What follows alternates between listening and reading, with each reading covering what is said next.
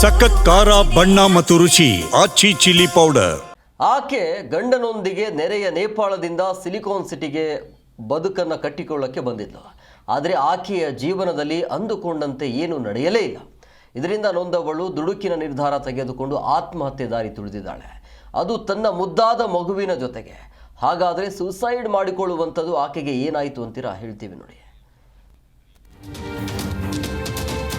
ಈ ಜೀವನವೇ ಹೀಗೆ, ಎಲ್ಲ ಸರಿಯಾಯ್ತು ಅನ್ನೋಷ್ಟರಲ್ಲಿ ಏನಾದ್ರೂ ಸಮಸ್ಯೆ ವಕ್ಕರಿಸಿ ಬಿಡುತ್ತೆ.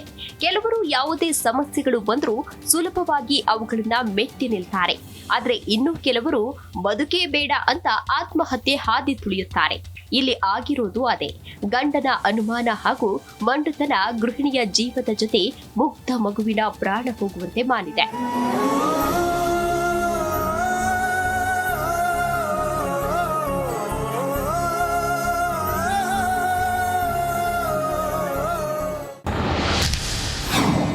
ನೇಪಾಳಕ್ಕೆ ಹೋದ ಗಂಡ ವಾಪಸ್ ಬರದೆ ಟಾರ್ಚರ್. ಬೆಂಕಿ ಹಚ್ಚಿಕೊಂಡು ಮಗುವಿನ ಜೊತೆ ಗೃಹಿಣಿ ಆತ್ಮಹತ್ಯೆ. ಎಸ್, ಸಂಜಯ್ ನಗರ ಕೃಷ್ಣಪ್ಪ ಲೇಔಟ್ನಲ್ಲಿ ನಿನ್ನೆ ಸಂಜೆ 7:30 ಸಮಯಕ್ಕೆ ಮಹಿಳೆ ಮಗುವಿನ ಚೀರಾಟ ಕೂಗಾಟ ಕೇಳಿಸಿತ್ತು. ಸ್ಥಳೀಯರು ಸಹಾಯಕ್ಕೆ ಧಾವಿಸಿದ್ರು. ಬೆಂಕಿ ಹಚ್ಚಿಕೊಂಡಿದ್ದ ಸೀತಾ ಸ್ಥಳದಲ್ಲೇ ಮೃತಪಟ್ಟರೆ 4 ವರ್ಷದ ಮಗಳು ಸೃಷ್ಟಿ ಆಸ್ಪತ್ರೆಯಲ್ಲಿ ಸಾವನ್ನಪ್ಪಿದ್ದಾಳೆ. ಇದಕ್ಕೆ ಕಾರಣ ಪತಿ ಪತ್ನಿ ಕಲಹ. ಮೃತ ಸೀತಾ ಮತ್ತು ಪತಿ ಗೋವಿಂದ್ ಬಹದ್ದೂರ್ ನೇಪಾಳ ಮೂಲದವರಾಗಿದ್ದು ಬೆಂಗಳೂರಿನಲ್ಲಿ ಮನೆ ಕೆಲಸ ಮಾಡಿಕೊಂಡು ಜೀವನ ನಡೆಸ್ತಾ ಇದ್ರು.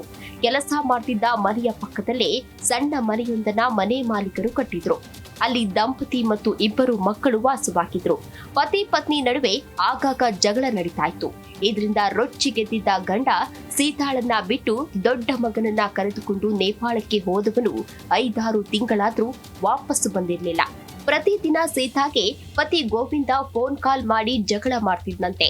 ನಿನ್ನೆ ಸಹ ಗೋವಿಂದ ಅದೇ ರೀತಿ ಕರೆ ಮಾಡಿ ಬಾಯಿಗೆ ಬಂದಂತೆ ಬೈದು ನಿಲ್ಲಿಸಿದ್ದಾನೆ. ಇದರಿಂದ ಬೇಸತ್ತ ಸೀತಾ ತನ್ನ ಜೊತೆ ಮಗಳಿಗೂ ಸೀಮೆ ಎಣ್ಣೆಯನ್ನ ಸುರಿದು ಬೆಂಕಿ ಹಚ್ಚಿಕೊಂಡು ಆತ್ಮಹತ್ಯೆಗೆ ಶರಣಾಗಿದ್ದಾಳೆ.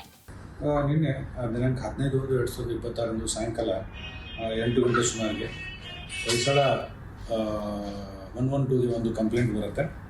ಒಂದು ಸಿಲಿಂಡರ್ ಬ್ಲಾಸ್ಟ್ ಆಗಿದೆ ಅಂತ ಹೇಳಿ ಆ ರೀತಿ ಕಂಪ್ಲೇಂಟ್ ಬಂದಿದೆ. ತಕ್ಷಣ ನಮ್ಮವರು ಹೋಗಿ ಎಲ್ಲ ಅಟೆಂಡ್ ಮಾಡಿ ನೋಡಲಿಕ್ಕಾಗಿ ಒಬ್ಬರು ಸೀತಾ ಉರ್ಫ್ ಮನೀಷಾ ಸುಮಾರು 29 ವರ್ಷ, ಇವರು ಕೆರೋಸಿನ್ ಹಾಕಿಕೊಂಡು ಆತ್ಮಹತ್ಯೆಗೆ ಪ್ರಯತ್ನ ಮಾಡಿರೋದು ಕಂಡು ಬರ್ತದೆ ಸುಟ್ಕೊಂಡು.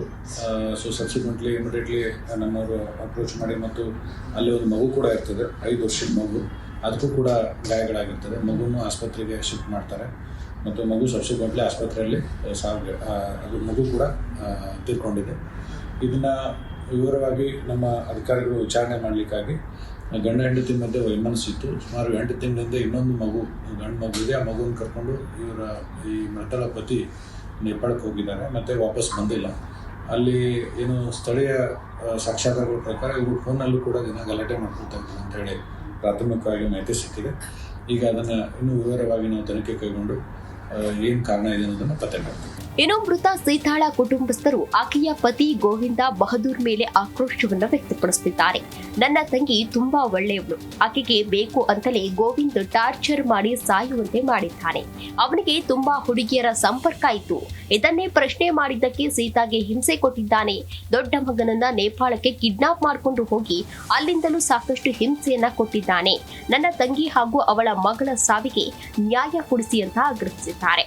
ಅವರು ಗಂಡ ತುಂಬಾ ಸರಿ ಇಲ್ಲ. ಆಚೆಗಡೆ ಹುಡುಗಿ ಜೊತೆಗೆ ಹೋಗ್ತಾರೆ, ಹುಡುಗಿ ಈ ಕಡೆ ಆ ಕಡೆ ಪಿಕ್ ಮಾಡ್ತಾರೆ ಹುಡುಗಿ ಅವ್ರಿಗೆ. ಆಮೇಲೆ ನಮ್ಮ ತಂಗಿ ಮೊಬೈಲ್ ಚೆಕ್ ಮಾಡ್ತಾರೆ. ನಮ್ಮ ತಂಗಿ ಈ ತರ ಮಾಡ್ತೀರಾ, ನನಗೆ ಒಬ್ರು ಗಂಡು ಮಗು ಐತೆ, ಒಬ್ರು ಹೆಣ್ಮಗು ಐತೆ, ಈ ತರ ಮಾಡಬೇಡ ಅಂತ ನಮ್ಮ ತಂಗಿ ತುಂಬಾ ನೋವಾಯ್ತು ನಮ್ಮ ತಂಗಿಗೆ. ಆಮೇಲೆ ಅವರು ಬಿಟ್ಟಿಲ್ಲ, ನೀನು ಬಿಡ್ತೀನಿ, ನಾನು ಫೋನ್ ಮಾಡೋಕೆ ಬಿಡಲ್ಲ, ನಾನು ಬೇರೆ ಮದುವೆ ಮಾಡ್ತೀನಿ ಅಂತ ಹೇಳಿ ಅವನು ಬೇರೆ ನಮ್ಮ ತಂಗಿ ಅದೇ ಓನರ್ ಮನೆಯಲ್ಲಿ ಬಿಟ್ಟು ಬೇರೆ ಕಡೆ ಹೋಗಿದ್ದಾರೆ. ಅವರು ಹೋಗಿದ್ದಾರೆ ನಮ್ಮ ತಂಗಿ ಬಿಟ್ಟು. ಇನ್ನು ಘಟನಾ ಸ್ಥಳಕ್ಕೆ ಸಂಜಯ್ ನಗರ ಪೊಲೀಸರು ಭೇಟಿ ನೀಡಿ ಪರಿಶೀಲನೆಯನ್ನ ನಡೆಸಿದ್ದಾರೆ. ಮೃತದೇಹಗಳನ್ನ ಪೋಸ್ಟ್ ಮಾರ್ಟಂಗೆ ಕಳುಹಿಸಲಾಗಿದೆ. ಪತಿ ಗೋವಿಂದ ಬಹದ್ದೂರ್ನನ್ನ ಸಂಪರ್ಕಿಸಿ ಮಾಹಿತಿ ಪಡೆಯುವ ಪ್ರಯತ್ನ ನಡೀತಾ ಇದೆ. ಅದೇನೇ ಹೇಳಿ, ಗಂಡ ಹೆಂಡತಿ ದೂರವಾದ್ರೂ ಕೂಡ ದುಡಿದು ಸೀತಾ ಜೀವನವನ್ನ ನಡೆಸಬಹುದಿತ್ತು. ಆದ್ರೆ ಗಂಡನ ಮಾನಸಿಕ ಕಿರುಕುಳ, ದುಡುಕಿನ ನಿರ್ಧಾರದಿಂದ ಸೀತಾ ಹಾಗೂ ಮುದ್ದಾದ ಮಗು ಮಸಣ ಸೇರುವಂತೆ ಆಗಿದ್ದು ದುರಂತವೇ ಸರಿ. Vishwanath N Harihara, Zee Kannada News, Bengaluru.